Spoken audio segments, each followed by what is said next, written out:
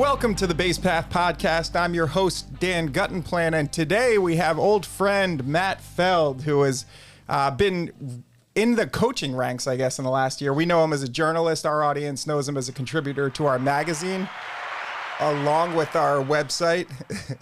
And here is Matt Feld. Matt, how you doing? I'm good. How are you? Thanks for joining me in studio. Yeah, it's good to be back. Yeah, so let's kind of go through what you've been up to over the last 6 months or so. Well, starting with the spring baseball season, it was the first time you were the head coach at Tewksbury High School, and you ended up being the Merrimack Valley Coach of the Year. How was the season, and how did it compare to your expectations going in? I had a lot of fun.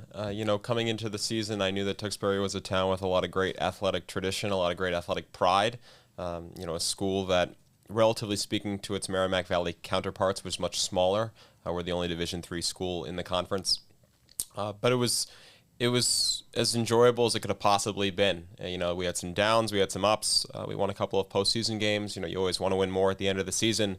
But in terms of expectations and in terms of differences, coaching high school baseball is just so different from coaching club baseball, coaching any sort of travel baseball. In terms of the, sort of the path, the outline, you've got kids there that are a combination of baseball first kids, but you've also got a lot of kids that have hockey as their first sport, or football as their first sport, or they're wrestlers first, or they're golfers first. And you've got to find a way to utilize those kids to the best of their abilities and coach them up in really only the 10 weeks that you have.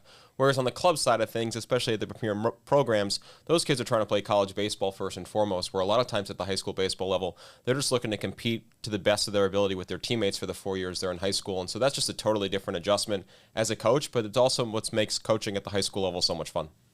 And how did it break down in terms of your strategies of practice? Was it more developmental, back to basics type of baseball stuff? Whereas in the travel thing, it's probably more, kind of fine tuning, how do you ramp up velocity, things like that? Yeah, and the funny thing is, and I know a lot of people, a lot of club coaches and a lot of club directors in the summer talk about this, is that really come summertime, there's really not a lot of practice. Maybe you're getting in the cage for an hour or two a week just to keep kids loose, or maybe at the beginning of the season, you're having a practice just so everyone can start getting, used to one another and each other's playing habits.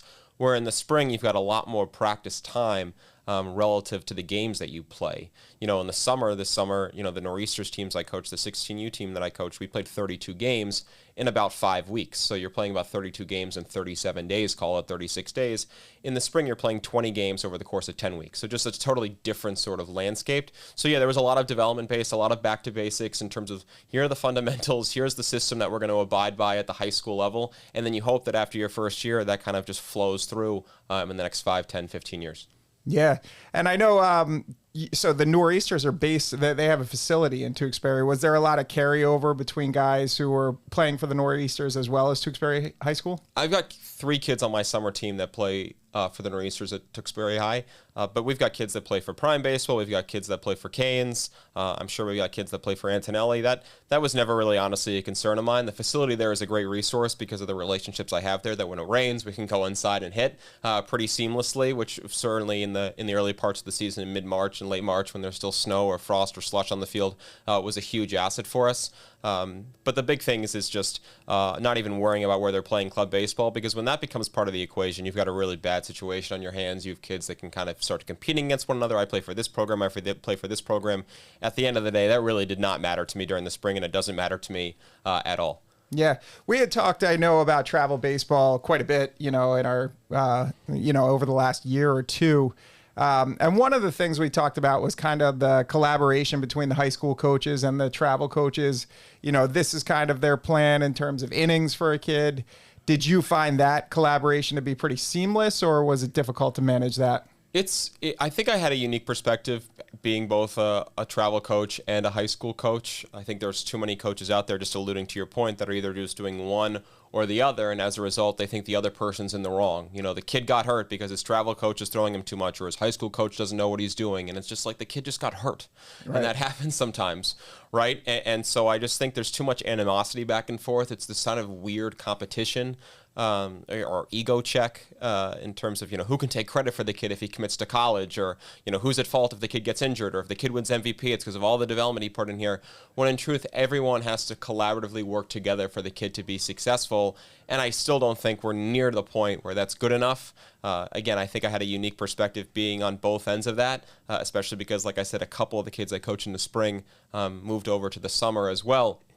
But it's definitely a severe, glaring weakness that I see now when I'm like at high school coaches meetings, and then also when I'm talking about club, directors or club, other club personnel. This person. It's just, to me, it's just all sort of petty. Yeah. So you said you're back with the Nor'easters this summer, 32 games in 37 days or something like that.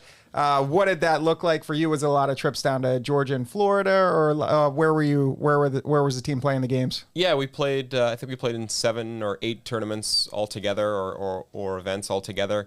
We played one down in New Jersey at Diamond Nation at the start of the year, which is always a really well recruited event for our players and for the teams that participate down there. You're talking about 50 or 60 schools that have got the opportunity right out of the gate at the start of the summer to watch your kids play. And we go down to Atlanta, or we went down to Atlanta this past summer for the Perfect Game WWBA, where we were fortunate enough to play very well, and it was a great experience for our kids.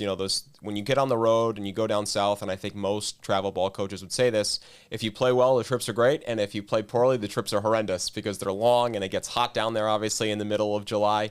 But we played well, and so it was a good experience for our kids. One thing that's really cool to see as the kids get older, 15, 16, then 17, they learn to mature, they learn how to be a little more self-sufficient, they learn how to pick each other up, and kind of when you're on the road, you don't have to worry about them as much. I mean, of course, you're supervising them and making sure they're doing what they're supposed to be doing, but they're pretty self-sufficient as it pertains to, so what do I do for 4 hours now that the baseball game is over and we're stuck down here in northern Atlanta?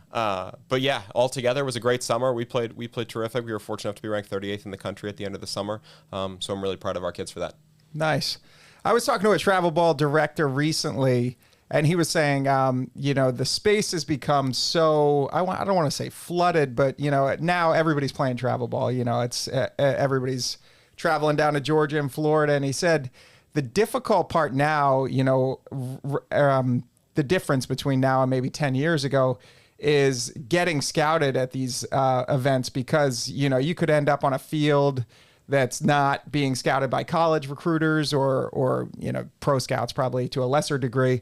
But how is it that you find yourself getting players in front of scouts at these big events? Oh, no question. I mean, it's very oversaturated now. I mean, across the board, even just here in our local metropolitan area, there are so many club baseball programs. The biggest thing now is that it's never been more important that parents know for a fact that the club that their kid is playing for has good college relationships and college ties, that they have a history of sending kids to play at the next level. They've got a history of that coach going on to help kids get ready to play at the next level. Because right now, if you're just playing a game, no college coach is taking the time to just randomly show up and hope to see a player. As you mentioned, there's too many other club games going on. So they're going to go target recruit. They're going to go identify and watch players they've been told are good baseball players. And if the club that your son plays for does not have those relationships, they're just not going to get recruited. And where do you see most, say you are in touch with these college coaches, say it's a New England program for the most part, it could be D1, D3, D2. Are they coming out to see guys a lot of times at these Georgia events, or, when they go down to Florida? Or are they waiting until you're at the NEBC, playing a local, New England tournament? I've found that for the most part, the local schools up here are relying on the New England Baseball Complex, NEBC, or even as far down south as Diamond Nation to see the teams up here. Or perhaps even going to see those kids play if they know they're good enough at their high school games in the spring when they can. Down south, for the most part, you might get some mid-Atlantic schools, but it's a lot of schools in the southeast, maybe traveling into Texas or New Mexico, somewhere towards the southwest.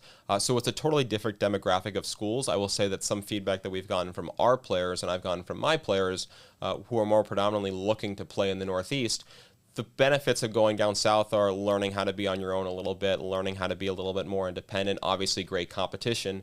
But the schools that are looking to get recruited by are mostly up here. And if Boston College is going down south or Bryant's going down south, the odds are they're using that time to probably go watch other players other than the ones they've already seen up here. They have identified other kids in other parts of the country that are playing down there. So for the most part, I think kids that are looking to get recruited, as long as they're playing in the right events up here, they're going to be fine in terms of the schools that see them. Yeah, that makes sense. I wanted to ask you about, and it seems like the NCAA rules are always kind of changing and shifting a little bit, and that really affects recruiting. One we had last year was that Division I schools could not offer players until August 1st before their junior year. And I thought that would be just a flood of 2026 commitments, starting August 1st, which was just a month ago. And we didn't really see that. We saw a lot more 2025s committing in the last. We just did a story today on New England Baseball Journal's website where we have 40 commitments, and I want to say like 38 of them are 2025s. How are you seeing the commit? Is it just everything's happening way later now? Yeah, unless you are a premier top-of-the-line player, and I know Brody Bimila is not committed, but unless you're that sort of ability, right, a left-handed pitcher who's throwing in the low to mid-upper 90s and is going to have the opportunities right out of the gate on August 1st of their junior year to possibly select their next college, schools are simply recruiting players later and later. And for the reasons for that, I think, are a couple of fold. Number one, of course, as we've talked extensively about in the past, is the transfer portal, right? So schools really don't know what their roster turnover is going to look like on a year in, year out basis, where their holes are going to be.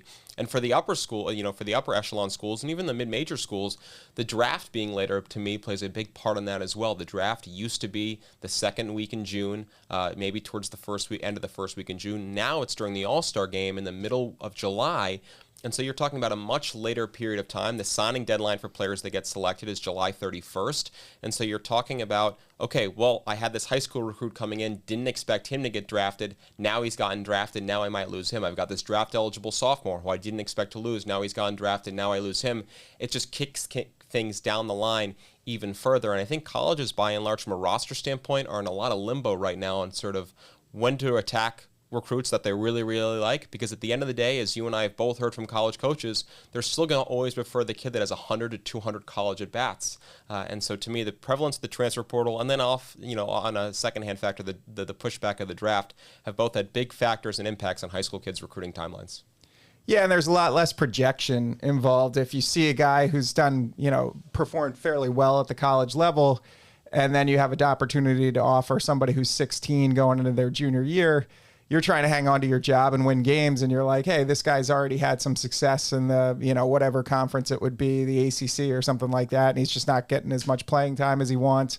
Let's bring him in here and bring a 20-year-old kid in versus a 16-year-old. That's a good way to preserve your job if you're a college coach. And I think both the college coaches that you and I have talked to, either in this forum and others, have been pretty honest about that, right? I mean, they've been pretty open and direct. I remember we talked to Jason King when he was the head coach at Dayton. Now he's the recruiting coordinator at Vanderbilt. And he was like, I'm sorry, if I can get a kid with 200 college at-bats and 25 home runs under his belt, why would I not want that kid if he's going to fit into my program, right? I remember the UConn, we had the UConn staff on, and they said a similar thing when it came to pitching. Yeah. I have found, by and large, it looks like colleges, for the most part, at least the schools that I've talked to, are still much more interested in recruiting high school pitching that they feel like they can get into their program, develop, have a much higher ceiling. But from a position player standpoint, if you can get that shortstop or third baseman that's already hit 15 to 20 college home runs, they're much more likely to go after that kid than the high school kid. Yeah. And now the NCAA rules that changed this year, I know that we've seen a few New England guys get offers withdrawn, I guess, and lose their offers at Vanderbilt and schools like that. So there's smaller rosters now. And there was a rule recently about scholarships, like they're not limited anymore to 11.7. What are those two new rules, and how do you think they'll affect New England programs? Yeah, the rules, to my knowledge, have not been officially 100% adopted, but everyone's under the pretense that they're going to happen. The scholarship, I'll work backwards. First thing is the scholarship rules. Forever, there's been a limit on scholarship allotments for Division I programs of 11.7. That means across a program's entire roster, they can offer up 11.7 scholarships and divide them up however they want. That's why full scholarships in baseball are so unique, because if you're carrying a 40-man roster and you've only got 11.7 and you offer someone a full scholarship, well, now you only have 10.7 scholarships for the other 39 players. Right. Schools now are not going to have a limit on how many scholarships they can offer. They can offer 34 full scholarships, and again, the number 34, because as you alluded to, an NCAA roster limit is coming where rosters are going to have to go from 40 to 34, probably beginning next fall for the 2025-2026 season. I'm very skeptical, and most writers that have covered college baseball are skeptical on how many programs are actually going to offer 34 full scholarships. There's simply not a lot of universities out there that are going to give their baseball program 34 full scholarships worth of aid for funding. Thank you. So I'm not positive about this. I don't have any inside knowledge on this, but I would be surprised if you saw Northeastern, UConn, even BC offering even 25 scholarships, right? You're probably gonna have to go to the Tennessees of the world to find schools offering 20, 25 scholarships. And what I think is pretty likely is that you'll have conferences overall that set their own limits, right? So Northeastern's not at a disadvantage to Campbell or UNC Wilmington. Everyone's able to offer within their conferences the same amount of scholarships. But the roster limit thing is huge. I mean, if the roster limit does in fact go into effect, and by all accounts it's going to for next fall, we're talking about schools having to cut 5-6 kids from the 40-person roster limit, and we haven't even talked about the schools that have rapidly over-recruited from a transfer and undergraduate perspective. Schools that are bringing in 50, 55, 58 kids in the fall. We hear stories about it all the time. They're going to have to go out there and cut 20 kids before the fall even starts, and I've even heard now of schools that were supposed to have transfers coming in this fall taking those spots away within the last 2 weeks. Yeah. And it's because schools are trying to grasp at the fact that they're going to have to start cutting players within the next year or so. Yeah, it almost seems like a lot of coaches didn't make that adjustment post-pandemic where guys were sticking around for that fifth year because 2020 was wiped out for everybody and they were redshirting. But now, it's 2024 going into 2025. You feel like coaches should have kind of pulled back on those rosters. But, you want to give kids an opportunity to play. And if they are happy sticking around, even if they're not playing, on game day, you don't want to start cutting guys. So you can see how it could happen. But I just feel like, that's a tough situation for college coaches now, cutting 5 or 6 guys, going into next season. Yeah, and to some sympathy for the college coaches, it feels like the last 4 years, every year has brought some sort of dramatic shift to the college baseball world, the college athletics world, right? You mentioned it, right? The extra year of eligibility because of the pandemic. No limits on transfer portal. You don't have to sit out a year anymore, so kids are kind of like free agents when they want to be.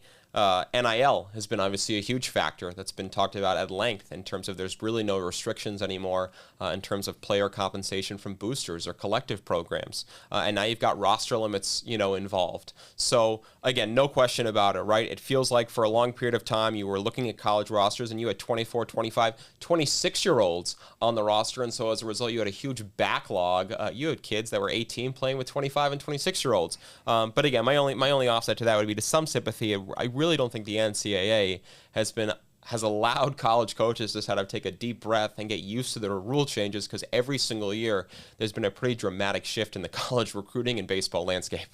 Yeah, I was texting with a coach after that no scholarship, limit. You could offer 34 now, a New England D1 coach. And I was just saying, how do you think that's going to affect your program? And he was saying, I don't think it'll affect it at all, because anytime you add a baseball scholarship, with Title IX, you also have to add a women's scholarship. And the number of scholarships at the school always has to reflect your male-female population.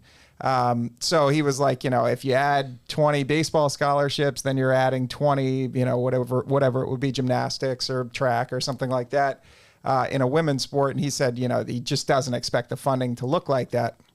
And not for nothing, but, we've talked a lot about, when the NCAA allowed that fourth full-time coach, right? If you're a program and you're still not paying that fourth full-time coach, which a lot of programs across the country are not, you're probably not all of a sudden going to go add 23 scholarships. No, I know, yeah. Because if you think about it, a fourth full-time coach, you could probably, do that for $35,000 a year or something like that. Whereas you do a full scholarship over 4 years with the cost of tuition these days, that could be, $250,000, $300,000, which is no small addition to your program budget. 100%. Yeah. All right. So what is it going to look like for you this fall? What are you up to? And are you going to make your way back down for the WWBA World Championships this year? I know last year you were there last year, weren't you? Last year I went down to Fort Myers for the underclass games. The Yep. upperclass games were the following week. Yeah, I'll go down to Jupiter for the World Championships, October 9th or 10th to the 14th. It's always around that Columbus Day weekend. It's a great event. You're talking about 100 to 105 teams, the best teams in the country. Most of the players that participate in that are not just high-level Division I players. They're players that are really looking to play beyond the collegiate level. There are plenty of Power 5 schools down there, but a large share in a large presence down there at Pro Scouts, who are possibly evaluating guys who are looking to be selected in that year's baseball draft, or the following year's baseball draft, I should say. So always just a terrific event.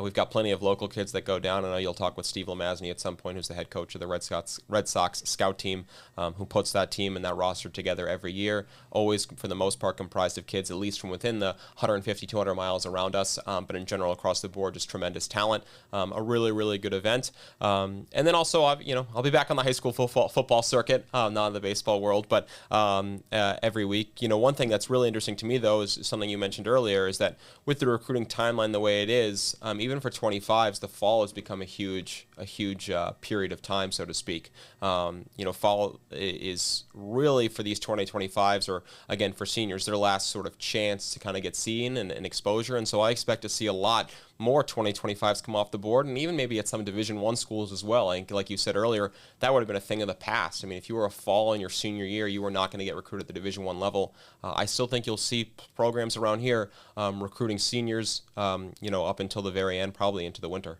Yeah, I saw that today when we did the roundup of the latest commits. I mean, Central Connecticut had a kid that just committed as a 2025. UMass was in there.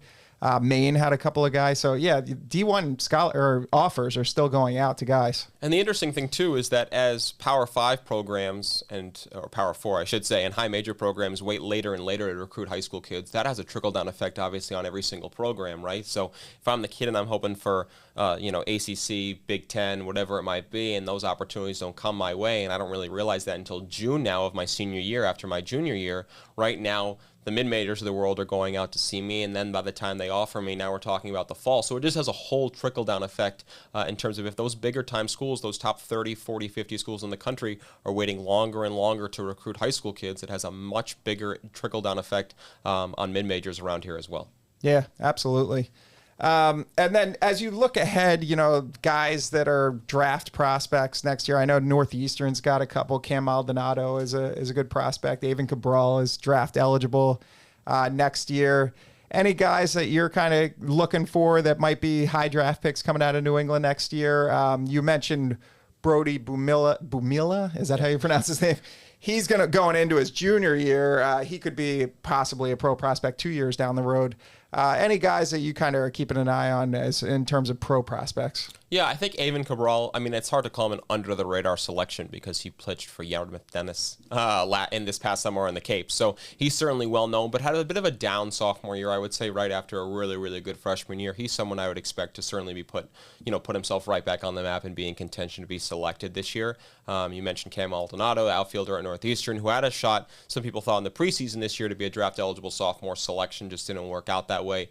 I'd expect him to once again be back in the fold, this time around as a junior, after playing for Harwich on the Cape this past summer. One thing that's gotten really tough, I think, up here in the Northeast, when we're talking about draft picks, is that if you're still playing here, the fall is so big because the time period in the spring where you're pitching in warmer weather or playing in warmer weather is obviously so small that in order to get on that radar, I think the performance that you put forward in the fall is huge. Yeah. And I think the performance you put forward in the summer is big time too. The performance that Avon Cabral put forth, in the summer to me is incredibly, if not, it's probably not greater than what he could put forward on the spring next year, but it's his opportunity to pitch against high major Power 4 players that he's not going to have consistently every day at Northeastern based on the conference that they play in. And so a lot of times when you're looking to me at local New England prospects, what they do in the summer is almost just as important as anything, because unless you're playing at Boston College and playing against North Carolina and Miami and UVA and Virginia Tech,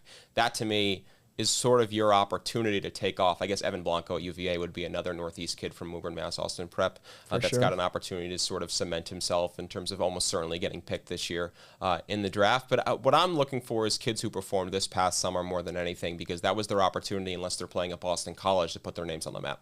Did you see John Payon at all this summer from Lawrence Academy? John would be a good one, yes. Yeah, he threw like 96 at the area code games I saw. Yeah, East Coast Pro and the area code games both, 93, 96 with a really, really good slider. I was watching him pitch for Team Massachusetts, and to me, if you're talking about a high school kid around here that's a non-college kid, he certainly seems to be the kid most likely to get the most amount of draft attention. Yeah, he looks good.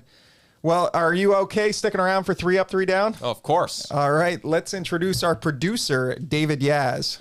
Yes, gentlemen, let's get to another rousing edition of 3 Up, 3 Down. 3 Up, 3 Down. Special edition of 3 Up, 3 Down. We have 3 topics of debate from the sport of baseball.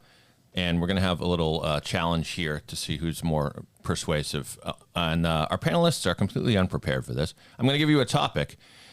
Dan, we flipped a coin backstage, and as far as you guys know, and Dan, you won. So you get to pick first. I'm going to give you the topic. You get to decide which side you're going to argue, and then Matt has to argue the reverse position of that debate. But when we get to number 2, Matt will get to go first. Okay. Just roll with it. It should be fun. Who knows? Or a disaster. It's hard to say. Debate topic number 1. It is time to scrap the Major League Baseball All-Star Game in favor of perhaps something else, but the main point is it's time to scrap it. Are you pro, or you want to argue pro or con that position, Dan?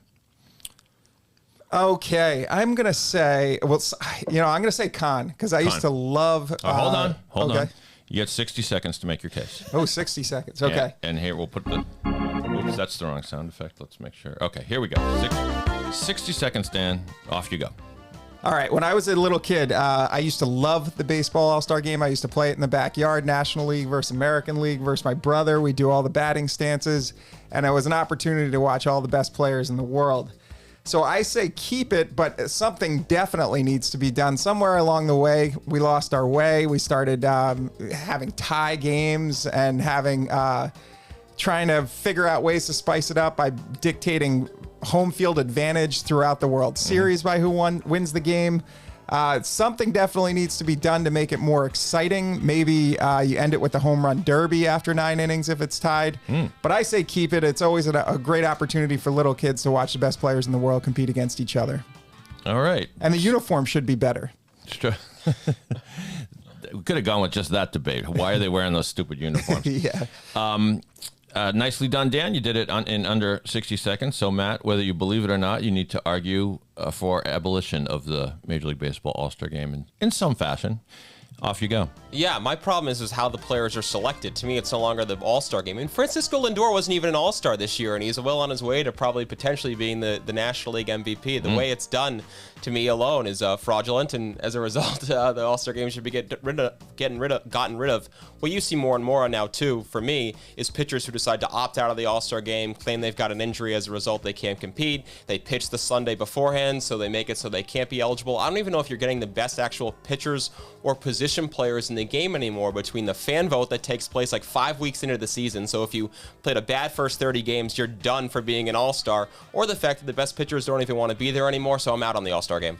Wow. You know what I should have added there? You know how you used to punch the Chads, on the All-Star ballots at the game? Like, that would always add interest, just the build-up to the All-Star game. Now it's all online. I haven't gotten online to vote for All-Stars in years, so I don't know if that's even as popular. That was a lot of fun when you got to the ballpark to punch out those I forgot holes. about that. That was awesome. Yeah, it was really good. Well, Dan, your post-time comments don't count. I'm sorry. Rules are rules. Uh-oh. And both strong arguments, but this round's going to go to Matt. Congratulations. But there's more to come. There's more to come. There's more to come. Debate topic number 2. Robot umpires should replace human umpires, but only for the sole purpose of ensuring that balls and strikes are called correctly. Matt, you get to choose pro robot umpires or con robot umpires. I'm con robot umpires. Okay. I think. All right, here we go. The reason for this is one big facet of baseball that I think has been taken away by instant replay is the manager/player ejection, which I always thought was a very exciting or entertaining part of the game. When the player or manager would sort of take their animation to the next level, their passion over a play. That's pretty much gone now because you can't really argue. You're going to challenge, and if the instant replay is against your favor, it is what it is. The only way that this still exists is by arguing balls and strikes. Now, take away the fact that, by and large, umpires are pretty good at their jobs. For the most part, they might miss 10 pitches a game. I think it still adds the element of some disgruntlement between the player/manager and the umpire, which I think has been sorely lacking. And so, as a result, I'm anti-robot umpires. Wow. Matt Feld coming in hot today. All right. Dan, you are up, and you'll be arguing in favor of the robots. I love a good argument at the plate over balls and strikes. Those are some of my favorite YouTube videos of baseball. But the most important thing is getting it right. And if you have a robot, you're always going to get it right. I still think, you're going to have umpires out there calling outs, close plays at different bases, and you still can go to review. But the argument between the manager and umpire won't be taken out of the game completely. You'll still have the occasional bang play at a certain base where the manager is going to come out and argue with the umpires and try to send a message for his team and do all those types of things. And the fans always get into that. But if you have an opportunity to get balls and strikes right every time, I think you need to do it. Wow. Okay. So that's a tough call right there. But I love the creative argument of Matt arguing for the theater of baseball. The theater is important. The drama, the arguing. But it's not important as getting the call right. Dan gets this one. Very good rebuttal. We're all even going into the rubber match, round 3, the third topic of debate. Here it is. The commissioner of Major League Baseball and the president of the Baseball Hall of Fame should issue a statement saying that when it comes to voting for a candidate for induction, all recorded stats must be afforded full credit. If the player was allowed on the field, the stats are legitimate and are not tainted in any way. Dan, would you like to go pro that position or anti that position? I'm going to go pro that position. Okay, let's fire it up. The problem with trying to decipher whether somebody used performance-enhancing drugs when you're making your votes for guys on the ballot is we have no idea unless they tested positive. But guys like Rafael Palmeiro and Barry Bonds are punished year after year, but there is no positive test. Yes, there's the Balco evidence that leads to Barry Bonds, and Rafael Palmeiro, wagged his finger on the stand and did all those things. Yep. But there are plenty of other guys that you say, I don't know if Bobby Abreu ever did steroids. I don't know if Scott Rowland did them, but we're letting them in with weak stats just because we're saying, I know that they didn't do steroids, and we really don't know that.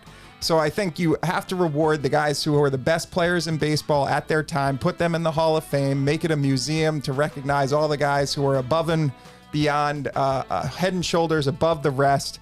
Barry Bonds belongs in, just like everybody else. So you don't say Ken Griffey Jr. didn't do steroids and Barry Bonds did. Sorry. We're up against playing the Oscars music. At time, you got played off. Good argument, though. Matt, you will now make the argument that stats can be viewed differently depending upon circumstances, I guess. Well, you get it. Go ahead, Matt. Stats absolutely should be viewed differently depending on circumstances, especially at the time when the era from, let's call it 1998 to 2004, was so overinflated when it came to player individual statistics, particularly at the plate. I agree in terms of subjectiveness, who did steroids, who didn't do steroids. To me, that's a problem of letting people in the Hall of Fame that shouldn't be in the Hall of Fame to begin with. There's no quota on how many players have to be in the Hall of Fame, and to me, admitting some of those players in is just bad staff work that we let those players in to begin with in terms of based on their credentials are just weak overall. But absolutely, the whole point is to put the best players in the Hall of Fame who did it the right way, who played the game on an even playing field with everybody else. It's not the writer's job is to put the best players in it, and if they're in their minds, those players were not Hall of Fame worthy, regardless of what substances they took, then that to me is a big deciding factor. Wow. Okay. That is a tough call. Is Bobby Abreu actually in the Hall of Fame? I don't think he is, no. You could have gotten it by me. You should have just stuck with it. Well, in the spirit of the discussion we've been having, much like the All-Star game from a few years back tragically ended in a tie, so does this particular competition. Great arguments both around, and I'm taking the easy way out. I'm Bud Seliging this thing, and it is a tie, but well done on 3 Up, 3 Down. And back to you, Dan. By the way, Dan, the home run derby now, the All-Star game now, if it is tied after 9 innings, does go to a home run derby. Does it? Yeah, yes. I knew right? I got that idea from somewhere. Last year. Yeah, I thought I got that idea from somewhere. See that? Yeah, I got to admit, I'd want to see that. Yeah, at least absolutely. once. It'd be pretty cool. Yeah. Do you watch the All-Star game? No, I do not. Yeah, neither do I. No, I used to watch it every year. I used to love it. Yeah. I don't watch it. All right. Thanks for joining the Base Path Podcast. Thanks to our guest, Matt Feld, and thanks to our producer, David Yaz. Rate, review, subscribe to the podcast on your preferred platform. The Base Path Podcast is a Siemens Media production.